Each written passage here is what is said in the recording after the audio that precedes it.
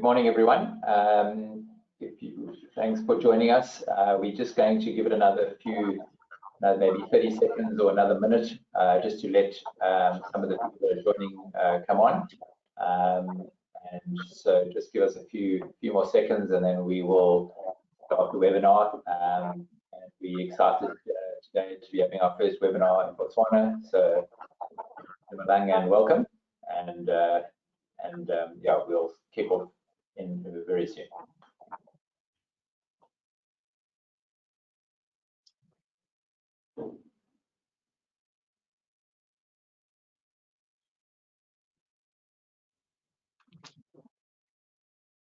Okay, so welcome everybody, and thank you for joining us today. As I said earlier, for those of you that have just joined us, and welcome. And we're very excited to have our first webinar with Carrick Property and Joseph Mews. And today we are joined by Warwick. And from our perspective, he is the Director for Africa for Joseph Mews. And my name is Scott Irving, and I'm the General Manager for Carrick Property. So in order for to understand what the agenda is for today, these are some of the key aspects that we'll be talking about today. And just for the purposes of a little bit of housekeeping, you are welcome to ask any questions in the question box. We will either answer them as and when, or alternatively at the end of the webinar. And this webinar is being recorded, and you will receive a copy of it as well. So, you know, just from your perspective, if you want to share it with friends and you see value in it, and you think it's something that you'd like to share with a partner or friend, you will be able to. So, from a discussion perspective, first of all, let me just say hello, Craig. Thank you and welcome. Hi, Scott. Thank you very much. Nice to join you. And yeah, thanks from our side to everyone that's joined us today. Great, and thank you to all of you that are have joined us today as well. So, from an agenda perspective, we'll just sort of touch on why investing in international property and sort of the benefits of the aspects of its rental assets class, and we'll go into some of those key aspects from that perspective. We'll also look at some of the UK property investment hotspots for the year 22 that have been forecasted. And then the most important one is how can Batswana invest into UK property, and what sort of mortgages are available to you. I think that's really, from an educational perspective, understanding those things are key. And then also just looking at the importance of diversification and you know, how the pound has, or the other way around, sorry, how the Pulas have performed against the pound, and then just sort of sharing a new opportunity with you as well. So let me move quickly into the next slide. So, oh, sorry, we're getting a little bit of technical issues there. So if we look at some of the key components of investing into international property, you know, I mean, I think one of the, when we look at some of the motivations, you know, some of it will be around, you know, from a personal perspective, what are your objectives? You know, what does your retirement planning look like, and what does that succession look like? And then, of course, you know, if you've got children, what does your children's education plan look like? And those are sort of more of the personal things. But when we look at the overall aspects of some of the key benefits, and we look at currency exposure as an example, and I'll show you a different slide just about the performance of your local currency versus the pound. And then we look at the other aspect of diversification. So if you've already got investments offshore, or have you got too much invested locally, and what does that look like for you in the long run? And we spoke a little bit about, you know, especially for Batswana, is to understand the leverage and low cost of finance available to you. And then also looking at the economic and political stability within your own country, and then also looking at the jurisdictions that when you invest in international offshore, and comparing the two, you know, things like inflation, etc., that come into play. And the one important thing is that property as a collective, although it's volatile, and you know, selling shares that you can get out of very quickly, it's a much more tangible, stable asset class, less volatile. So those are some of the key aspects for us that we certainly talk to with our clients, to ensure that they understand the benefits of investing offshore. And you know, when we look at some of the impact of that, you know, for example, I'm broadcasting this webinar from Cape Town in South Africa, and you know, if you take into account some of the volatility, if we look at the riots that happened in Natal or KZN last year, and the impact on our currency over a 10-year period is 12 Rand to 20 Rand now. So there's a 8 Rand difference over a 10-year period. And when we look at this chart that's in front of us, and we look at how this impacts over a 10-year period, you know, you've got a high there of, you know, around 2015 or 16 of 17 Pula to the thumb, and it's now sort of sitting at around 15, and it was as low as 11.3. So when we look at those and you go, okay, well, how is my external, if I've got pounds, how is it performing against the local currency, and with inflation, am I in a good position? And if you look at this after 10 years, if you haven't invested in it before and look at the future forecast of 10 years, then certainly it's a good idea to start thinking about putting your money offshore. And the question is how you do that. And obviously, from today's perspective, it's about profit. So you're welcome to ask any questions, as I mentioned, but that just gives you a brief understanding from that perspective. In terms of, for those of you that don't know who Carrick Wealth Group is and the Carrick Property Group, we've got you know, about 180 employees. We've got offices in South Africa. We've got offices in Mauritius that hold international licenses. We've got offices in Zimbabwe. We've got license applications in Zambia and Kenya, an office in the UK. So, you know, we've got a lot of positive aspects in terms of all the regulation within those countries, and more importantly is that we have an Africa strategy, and we want to help Africans invest offshore in more stable markets and less volatile aspects of government, etc. So I think that's very important. And also one of the key aspects to why we're here today is also to make sure that we partner with the right companies that can provide the right product to our clients. So that's where Craig comes in, and Craig is part of a company called Joseph Mews, and we've selected them through our due diligence committee to make sure, through our investment committee, that we do all our due diligence, that we've got the right partner with a great track record and provides a full turnkey solution from and we'll talk about the turnkey solution from the moment you purchase a property to the moment you sell it, you know, maybe in 10 years' time as an example. So that's part of the of why we're here today as well. So let me just so I'm going to now pass over to Craig, and he can take us through some of the history of Joseph Mews, and then we'll talk more importantly really about the market within the UK, and then we'll also talk about how you can invest and how you can leverage finance, etc.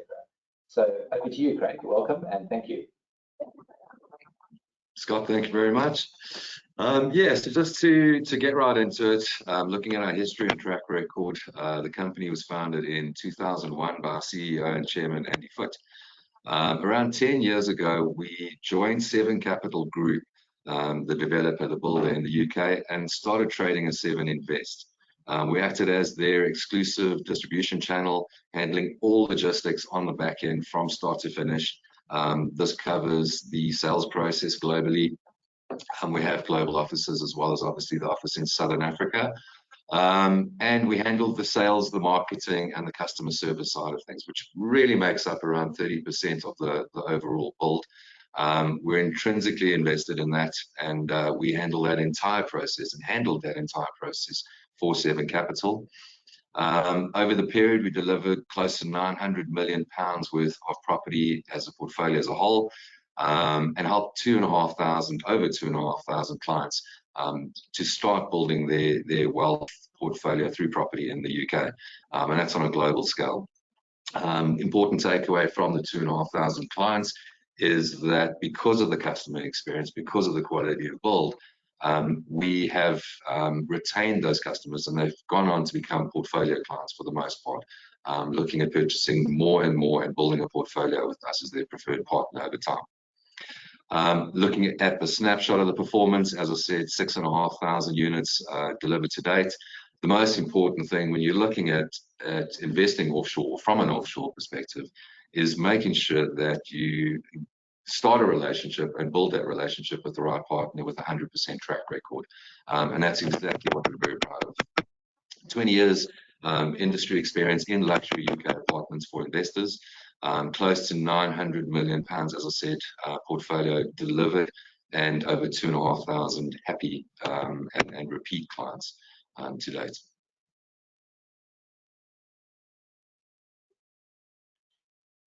So just checking, I know there might be a slight delay, but are you all okay? Can you see the next slide, Craig? Not yet. Oh, there we go. There we go. So what makes us unique as a company? Joseph Mews is, as I said before, a full sales and marketing partner for the developers. As I said before, we are intrinsically and heavily invested in each and every project, to the effect of around 30% of the total cost of build up to completion and delivery. We have exclusive partnerships with our chosen developers and builders, and offices in Hong Kong, UK, obviously Dubai, and South Africa, looking after Southern Africa. The importance of that for any investor in Southern Africa is that you've got somebody on the ground to assist you every step of the way from start to finish. The sales process, looking at how we work with our clients, reservation speaks for itself. Essentially, we would sit and consult with you as a client, make sure that we are meeting your investment objectives with a specific product and project. We then choose your selected apartment and you pay a £2,500 reservation fee. 28 days later, our customer care team and the elected solicitors would assist you to exchange contracts. You then pay between a 20 and a 25% deposit, and that is it, right up until completion. Our customer care team then walk you through every step of the way leading up to completion, be that mortgage applications, be it furnishings, be it making sure that your letting agents are on board, and obviously advertising and finding your tenant. And then we assist you virtually on the ground with actual completion and handling, taking over the keys and the way forward. Importantly, very importantly for us, is our after sales function. We partner with our clients and stay with them for a 2-year period, making sure that there's no glitches, that everything is smooth, working smoothly, and the investment is showing the yields and returns and viability that we presented up front. Craig, I'd like to spend a little bit of time on the slide. Yeah. Not too long, but just because obviously I'm concerned about our audience time. But just to be clear, from our perspective, and I think this is an important slide to understand the process of the sales process. Your reservation fee that you pay goes towards your 20% deposit, obviously, and the key fact from the reservation component is as Craig alluded to, is we will have a one-on-one conversation with yourself and your partner or whoever that's in looking at buying, and we'll make sure we're choosing the right development for you and the right property, whether it's a studio, 1-bedroom, 2-bedroom, or 3-bedroom, whether it's a personal, if you're talking about going to study in the UK and you're looking for something in the area, as an example, or if it's purely just for investment, we look to have that conversation. And then, importantly, once you've chosen your unit, you pay your reservation fee, you provide a proof of passport and address, etc., as per the usual anti-money laundering aspects. And then, from an exchange perspective, you would, for the next 28 days, get your contract signed, get everything ready, and the team would take you through that. Understanding that these units that you're looking at, we have got completed units that are already built, and then also predominantly got a lot of units that are going to be ready in a year or two's time, which is where you would get the capital growth on the equity that you put in terms of your deposit, etc. So when you start to see some returns of around 10% year on year for the capital that you put into it while it's being built.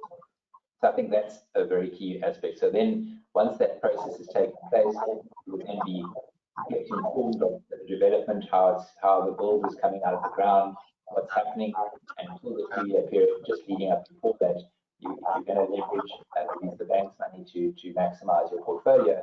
You would then apply 3 or 4 months ahead of the completion date of the property to make sure that you get your bond in place, and then you would have your handover process and pay the balance of any monies that are any outstanding, follow way through the process. Is that right, Craig? Have I hit it on the head? Yeah. No, absolutely, you nailed it. So yeah, and to your point, what you mentioned there, every step of the way, the customer experience is something that is very important to us, both with Carrick and with Joseph Mews. So we make sure that there's no hidden funnies, no hidden costs, etc. It's pure transparency and clarity from the start. Okay, great.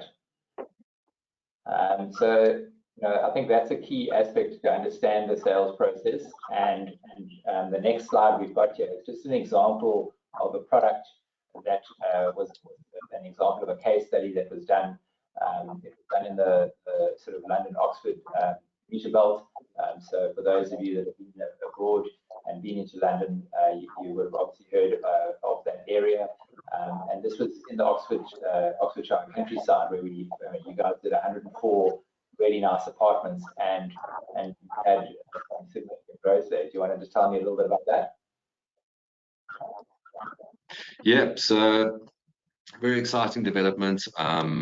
It was well received globally, especially in Southern Africa. And I think that's put down to the fact that, as you mentioned, it was, very close to beautiful greenbelt areas. It had a lot of lifestyle elements incorporated into the build and into the jurisdiction immediate to the development. Restaurants, cafes, retail, all of those good things.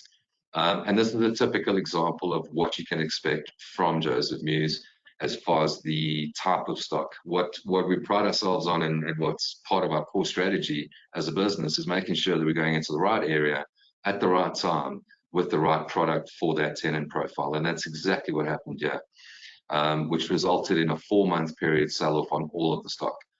So very fast uptake in the market. A lot of that was buy-to-let investor purchased.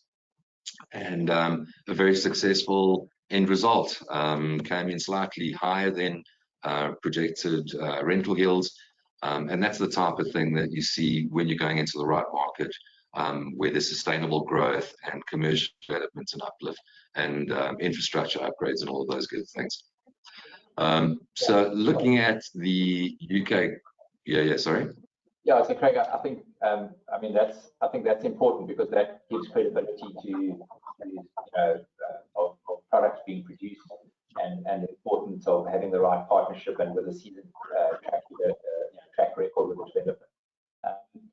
Before we go on to the sort of the UK market update, I think just for the audience, maybe I'd just like to. I haven't got a slide here for it, but I certainly want to talk to it before we move into the market update, which is really about some of the hotspots to invest in. But I think when we talk about why a jurisdiction like the UK, you've got to look at things like well, what are the benefits for me, and why should I invest into this jurisdiction or into the UK? First of all, it's extremely well centrally located between Asia and North America. You've got very low interest rates from a financial perspective. You're going to leverage. It's got a strong legal system, and it's got favorable exchange rates. And when we look at things like the UK market, there's an undersupply of stock, quality new homes. So these are some of the key aspects that I'd certainly look at. We've got world-class education, a robust economy, and so these are some of the things that come to mind when you start thinking about, well, why the UK is an example. The amount of infrastructure that government is spending, the likes of, you'll hear us talk about connectivity and HS2 and the Crossrail. These are things that might seem foreign or Greek to you, but they certainly are very important components of investing into this kind of jurisdictions. So I think that's key for me as to why. You've got, I think 1.5 billion English speakers in the world, and there's a lot of that conducted within the UK. And it's important that from our perspective that we have a good sense of trade. So and the ease of global access is the key access there as well. So I think over to you, Craig. Let's talk about some of the hotspots and what's currently happening in some of the growth forecasts for I think most of the predictions are in the next 3 to 5 years. So do you want to take us through it? Yeah, absolutely.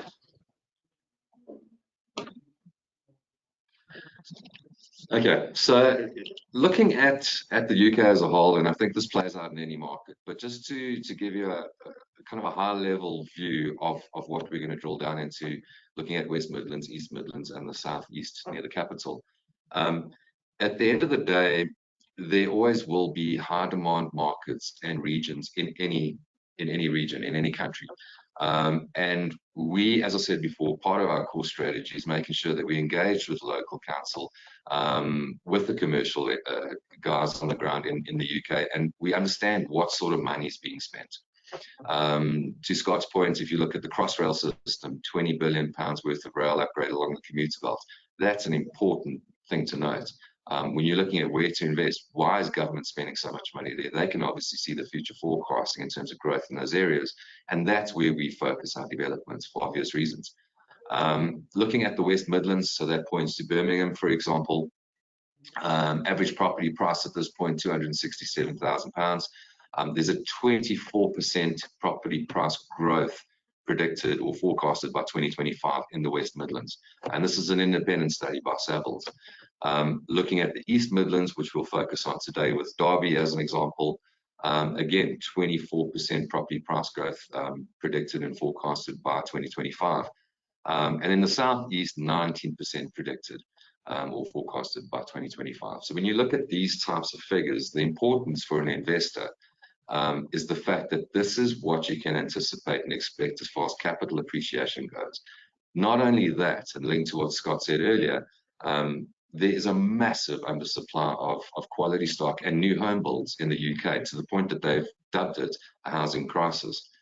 When you look at these high growth areas where there's these massive regeneration plans underway, and this huge undersupply, it's almost the perfect storm for an investor.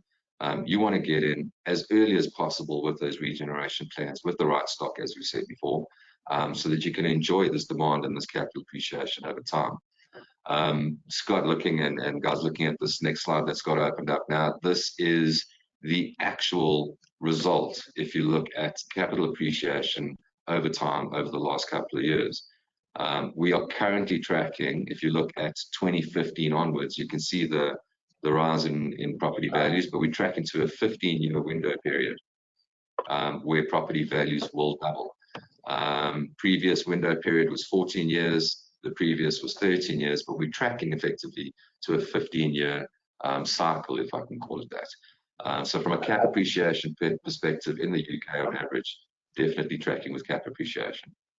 And I think it's important to note that, you know, we've had some crises along the way, 2008, 2013, and more recently, the last 2 years because of COVID. And I think that, you know, that those are important aspects. You know, you had the heyday years in the 70s and 80s where things were much, you know, but I mean, if you look at this growth period, I think it's important to note that it's still tracking on regardless of the COVID aspect and the demand and supply. And obviously, the other key component we realize is that because of lockdown and etc., a lot of these developers were unable to build during those periods. So it's actually increased the situation in the demand component now building and carrying on. But there was a, you know, those aspects as well. I think that's an important aspect in terms of the UK property prices and the projected growth over the 15-year period that we mentioned. Essentially, you're doubling your money in that period. And the important thing is you're doing it in pounds, not doing it in your local currency. Correct. Yeah. Go back to the original slide that we had, and we look at the Pula against the pound, and as an example in South Africa that I used, you know, it would be wise to put your money offshore purely just in a stable asset class like that in property. So I think these are important educational components for our audience. And yeah, if you've got any questions around this, please, you're welcome to ask. So I think before I move into the slide, I thought maybe what we could talk about just very generally to make sure that we understand, because we've spoken a little bit about the, you know, the hotspots and why offshore property, but I certainly want to look at how they can invest in property. So we'll show you then the next example, which is the Derby launch that we're doing.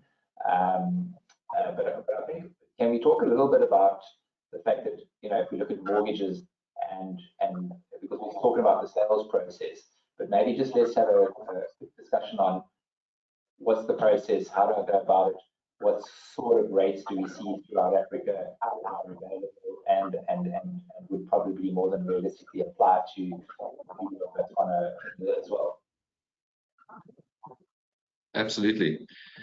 So yeah, I mean, if I look at the market in Southern Africa as a whole, the mortgage landscape for us, just dating back a little bit to give it some context, coming out of COVID, the lenders were very risk adverse for obvious reasons globally.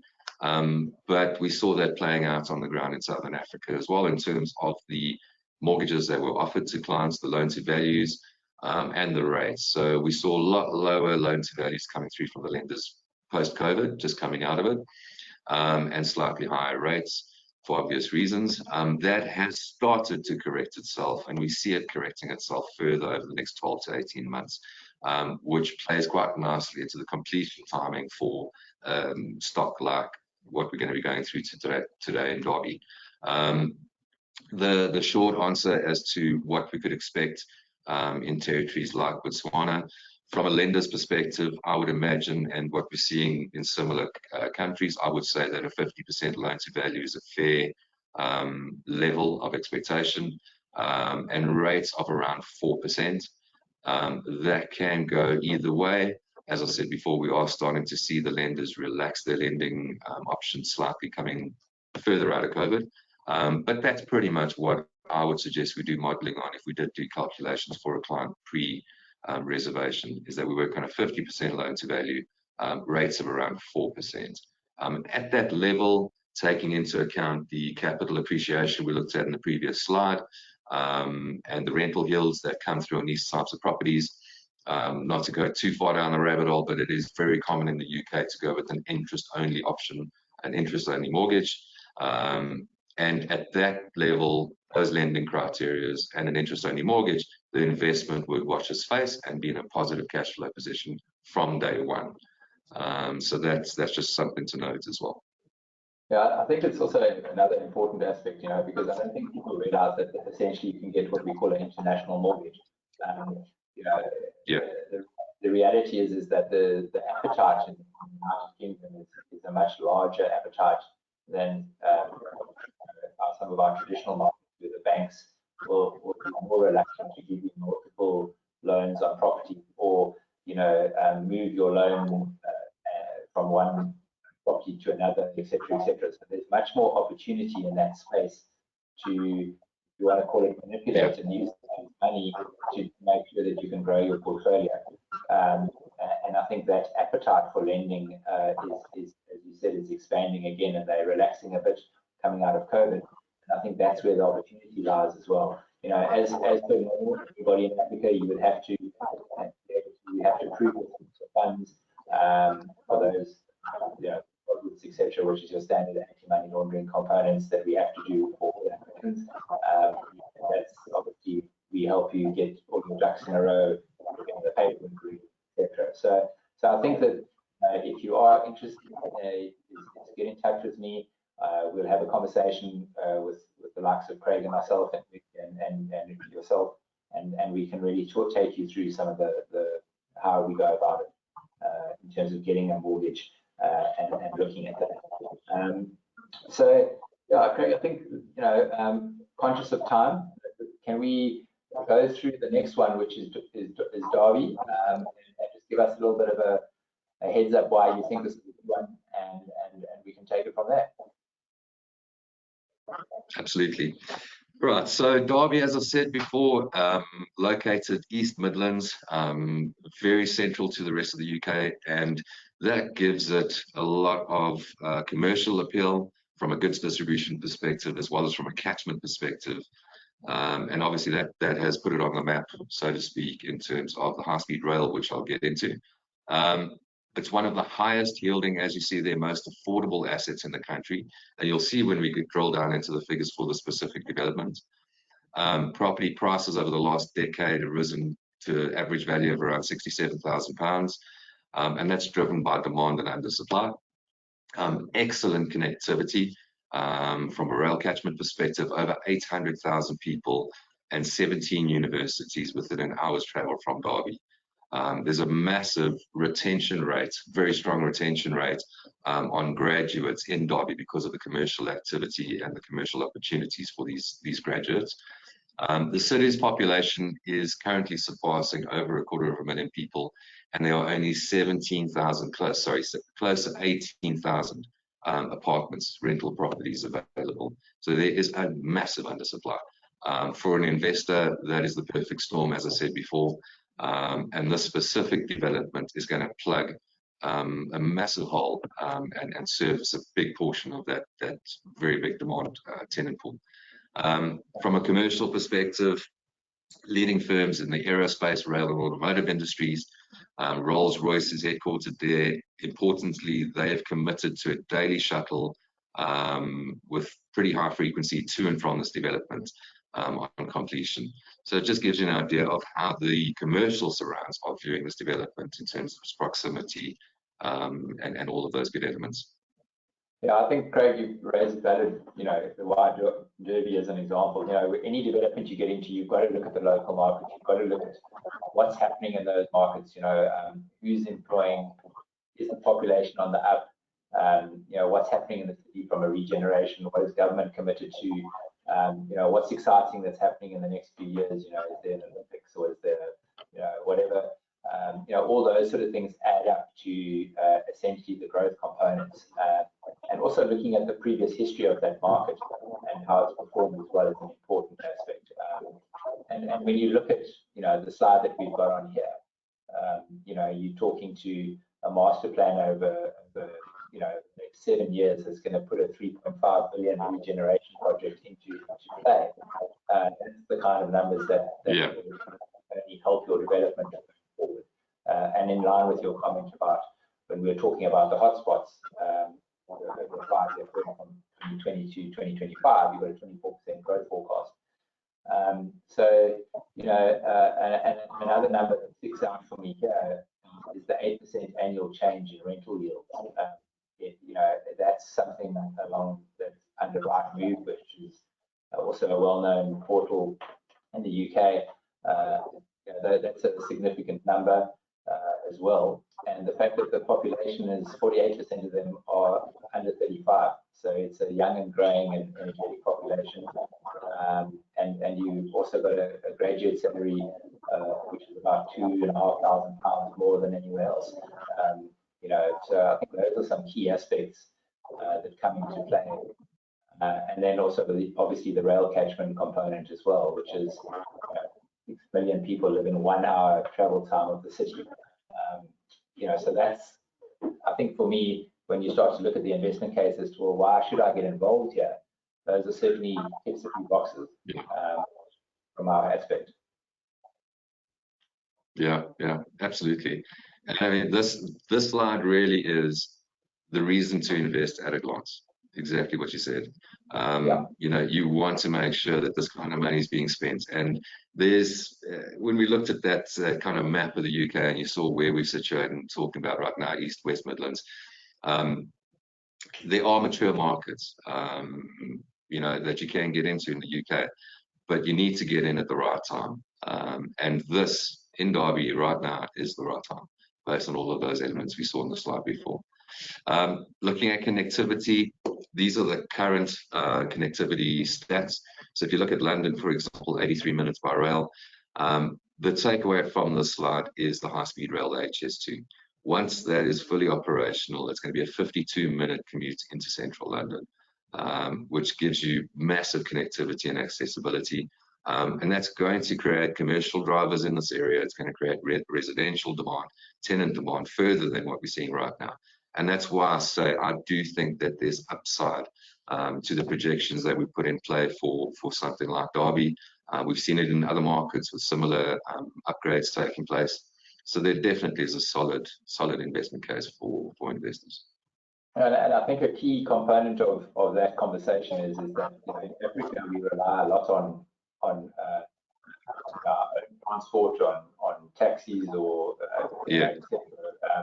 whereas in cities like the UK, majority of the population, you know, they drive cars for leisure mostly, and some of them mostly rely on public transport, which is why this slide is key, because these are all aspects that move people around en masse, as opposed to, you know, you're going to London Centre with a car, you're going to pay a fortune.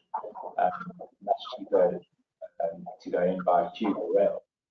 So these are the things that, you know, what sometimes is that haven't potentially maybe travelled abroad enough, don't always understand the importance of connectivity in this particular scenario. So I think that's a key aspect as well.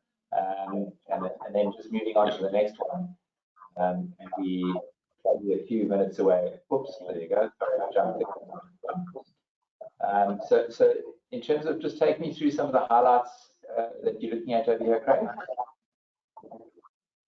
Okay, it hasn't changed on my side yet. Okay, there we go. Okay. Yeah, okay, it's come up.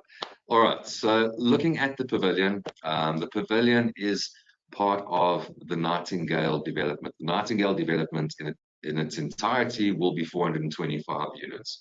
So it's a big development. It's a landmark site. If you look in the back on the CGI, you've got the two buildings in the center there. They're called the pepper pots. They are iconic, protected architectural pieces, and they're going to form part of the residents-only amenities in this development. So the one's going to be a private gym for residents, and the other one will be a restaurant, cafe, etc. for residents. And as you can see, this development is going to be a lifestyle development. Like Graven Hill, the one we used as an example, it's going to have gardens for the summer months, running trails. It's got everything that the market in this area is looking for. It's been tailored and designed with the end user in mind. Very important focus point, obviously, from a tenant demand perspective. Priced, brilliant pricing from £182,000 for a one bed. 25% deposits paid on exchange of contracts. As you picked up in one of the previous slides, there's an 8% rental growth over the last year alone. So there definitely will be upside to the kind of estimated 5-6% rental yields if you're looking at a product like this in an area like this. 1 and 2 bed configurations in block 1. Block A is the closest to the pepper pots, and that's comprised of 51 one beds and 19 two beds. This is a cash investment, so it's a cash purchase, and what we have offered or are offering the Carrick clients under the partnership is on all purchases we would cover as Joseph Mews. We would furnish the apartments for the client, saving them up to £3,000 to £5,000 for the furniture pack. We would assist with solicitors' fees. That's a saving of around £1,000. And furthermore, which gives it the security and peace of mind that a new investor would look for, we will do what's called an AST, an assured short hold tenancy. So we will ensure that from day one there's a tenant in place without fail, and we would cover that from our side. As I said, this is a cash investment. That will be the initial 12 months. 12 months. Okay. And then I think the important thing to note, just for the investors that are interested in this product as a cash investment, you can still, if you choose to, 6 months after the unit is completed, you can go and we've got partners that we would work with to, in this case, finance, to work with them to get a mortgage, and you can either choose to get up to 50% of your cash back, or potentially release it into another equity or another unit in your portfolio, so that it helps you grow your portfolio. So again, it just depends on how you want to do it. When will this first phase be complete? I've got a question asking how until completion. Yeah, so completion on the pavilion block in between the pepper pots will be the end of the second quarter next year, so call it June, July 2023. As Scott mentioned, and this is a very important point, as much as this is a cash completion, the lenders that we're working with, we've done the back end work, and they've confirmed they will do an equity release 6 months post completion, as Scott said, of up to 50% equity release. And to Scott's point, you can then elect, I want to build my portfolio, do I want to take it as a cashback, or do I want to put it into a different investment vehicle? And obviously Carrick could assist and facilitate as you decide which is the best route to go. But it's quite a unique offering as a whole, taking that into account. And it's been very well received across all of our markets. So it definitely is a very viable option. Okay, well, Craig, thank you. Obviously conscious of our time, I always try and like to keep these in around 45 minutes, just so that our audience 100%. The rest of their day, but certainly give them food for thought. I think just to recap for our audience, we discussed why it's a good idea to invest in property. And obviously, with our trusted partners, we can certainly facilitate that for you. So, my details are there. You can see some of you, just reach out via, you've got our email address or my email address, we'll carry it through the webinar process. And looking at the opportunity of investing into the property market. We also discussed, although it is very high level, because every situation is different per client, is to look at, well, what can we leverage from a mortgage perspective, what sort of ways can we change, as I mentioned, per client, but certainly look at the opportunity to maximize a certain component and make your money work. You're going to earn hard currency income. That's the key aspect there. And also just, you saw my graph around how the Pula performance against Africa is a lot of that kind of similar graphs. We look at the rand and the similar performance, and I think it's important to be able to diversify your, are you exposed too much locally, and how can you, what can you do to position it offshore? And a product like the Derby one could certainly help you. And if you rather in a position that you can't do a cash purchase and don't want to leverage later, we certainly have got it that I like Craig and I can help you with. So please be in touch. I hope you can do it today. Thank you, Craig. And more importantly, to the audience, if you've got any additional questions, just drop us a mail, and appreciate your time today. And look forward to seeing you in some shape or form at the meeting. Thanks very much. Thank you, Craig.